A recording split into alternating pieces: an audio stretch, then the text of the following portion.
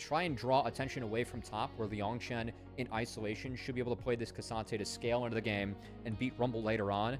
OMG, I think early grub is going to be really important for them, and early laning. The 2 full clears. It'll be a dragon start for him.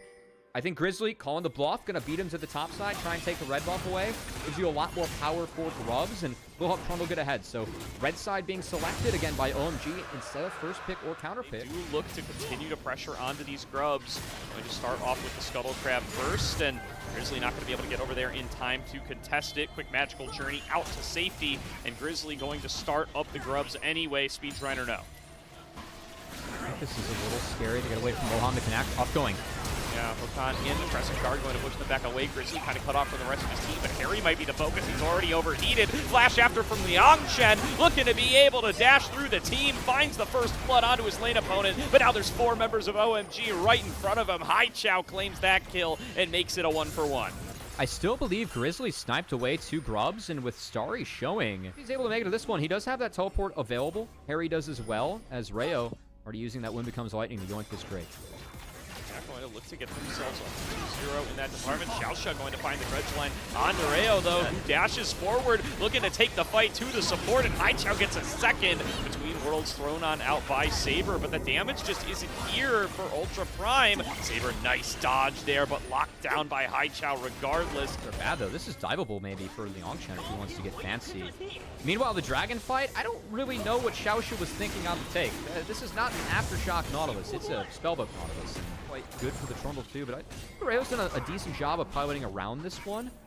Getting the 2 dragons for his team. Keep in mind, OMG, they didn't take first pick, they didn't take counter pick, they took red side. I really do not like that take from Ultra Prime. I just thought that with the 2 ultimates being down, that's a Rift Herald done and dusted. And the trades that we have there, I don't think Ultra Prime trades up. I mean, a lot of flashes are burned and used, but Henna being down flash is going to be a real significant one. And I think the next place that OMG, you got to figure they're going to look. Out in the mid lane to be able to get over here and try to take some control of themselves. Xiaosha's dredge line goes wide, but Moham takes a rough chunk from Saber regardless, and now OMG have to try to push their way in here. Mario going to lead the charge, dives in, throws on out the equalizer from Harry, and Henna just gets burned right down. That flashless Yunara, nowhere to go, nothing to do. 2 members of Ultra Prime fall. OMG on Soul Point. Well, then just straight lose, because they're not trying to trade on the map. They're trying to match everything when they are just the weaker team in terms of draft and where we're at in the game. And that has snowballed the game further out of control than where I really feel like things should be for Ultra Prime. I mean, a little bit of new life injected into OMG here. 19 minutes into game number 1 with the new rookie jungler, and yeah, Rayo just doing his job, right? Throws himself into the fray, knows that they have favorable fight conditions, and oh boy, do they. Henna can't even play the game. What is the state of mind with the Zen? I'm on board for that, and I'm on board for, it also doesn't really make sense that the first 2 dragons are like random other elemental drakes. That's like a leftover mechanic from when there wasn't really a traditional soul mechanic. Yeah, but you know, I guess it's just part of the game now. Maybe someday. Someday we'll get another it's like dragon rework off season. It's like the river and the turn before the flop, where you find out what the soul actually is. Yeah, yeah. What was scary and quite stressful was actually the darkness.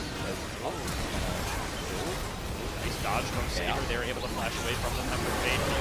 Lower and lower.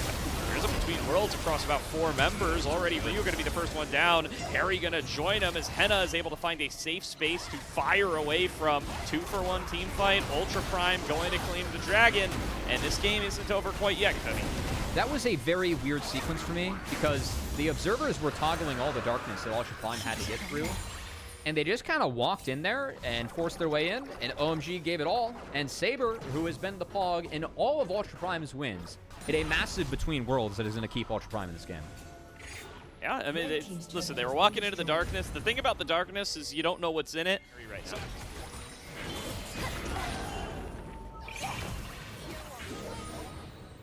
They always force Starry out. Again, so I think top laners at home can really take note of what Liangchen's doing right now. You're right, no one's answering Harry, but this is a timer where you can see the K'Sante drop that. Didn't enable up to get a little bit of control. Now he's going to be forced back. Harry's TPing.